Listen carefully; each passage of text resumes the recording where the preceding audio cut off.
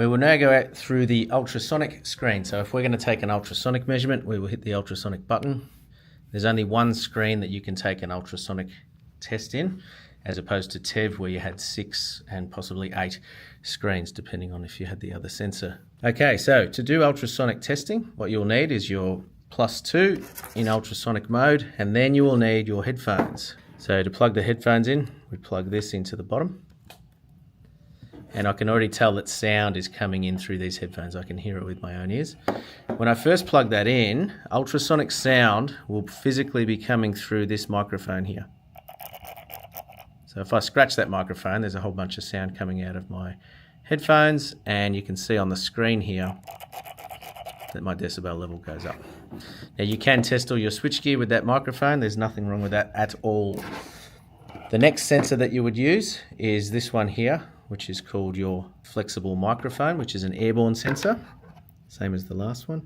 What we do with that is we plug it into the side. With these, just be very careful to get them into its right direction when you plug it in. So the way you do that is there's a little tab on the bottom, the red dots face down. So we put that, we locate it, and then we simply push it in. It doesn't take too much pressure, and then to pull it out, you basically pull on that, and that comes out quite neatly. Okay, so now what happens is the instrument knows that I've plugged that in, because you can see on the screen here there's a little icon that comes up. That's the flexible microphone sensor. And then what we do with this is flexible. That's the microphone, and what we will do is we will scan our switchboard with that. We listen through all the air paths to see if we can hear any PD. Then if we don't have any air paths, we use what's called the contact probe, which is this one here. Now this is an ultrasonic tester. It's not a TEV tester. Some people use it to test for TEV, but that's not the correct use of it. So what we do is we plug this into the side. We then plug the other end of that lead into our contact probe, like so. And then what we will do is we will place that onto the outside of our switchboard to listen for PD on the inside of the switchboard, or whatever you're testing. Now the sensor itself is this big round circle in the middle. When I touch that, I can hear sound coming in through there.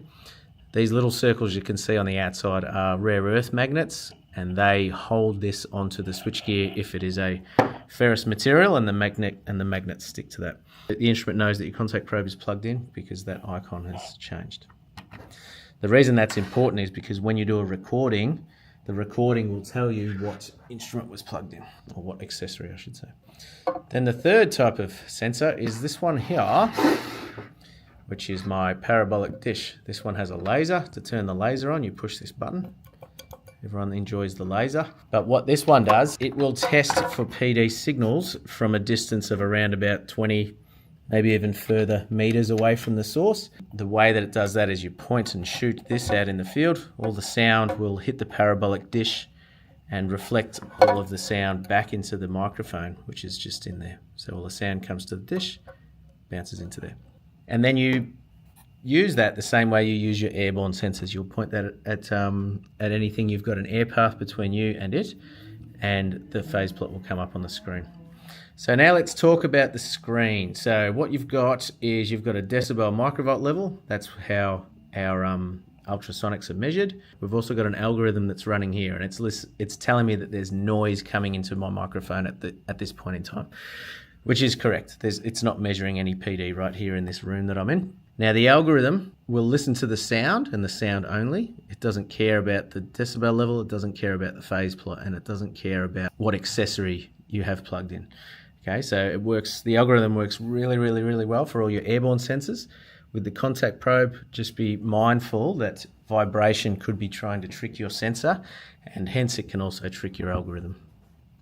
Okay, so let's go through our options again. We've got our settings menu. Again, we can change what we want to hear through our headphones. So default is ultrasonic. If I change that to TEV, it will start to listen to TEV. You don't want to do that in this mode. You want to keep it on ultrasonic. Again, we can change if we've got a photovoltaic where we're looking at the lights. We can change if it's an E-field lock. We can change if it's a wireless lock, or we can change if it's a manual lock. And again, we've got that persistence mode where it will constantly refresh the phase plot. You can see that here, how it's resetting the phase plot over and over and over. Okay, and that's how that one works, but I'll put that back to infinity for myself. And that's all the ultrasonic tests.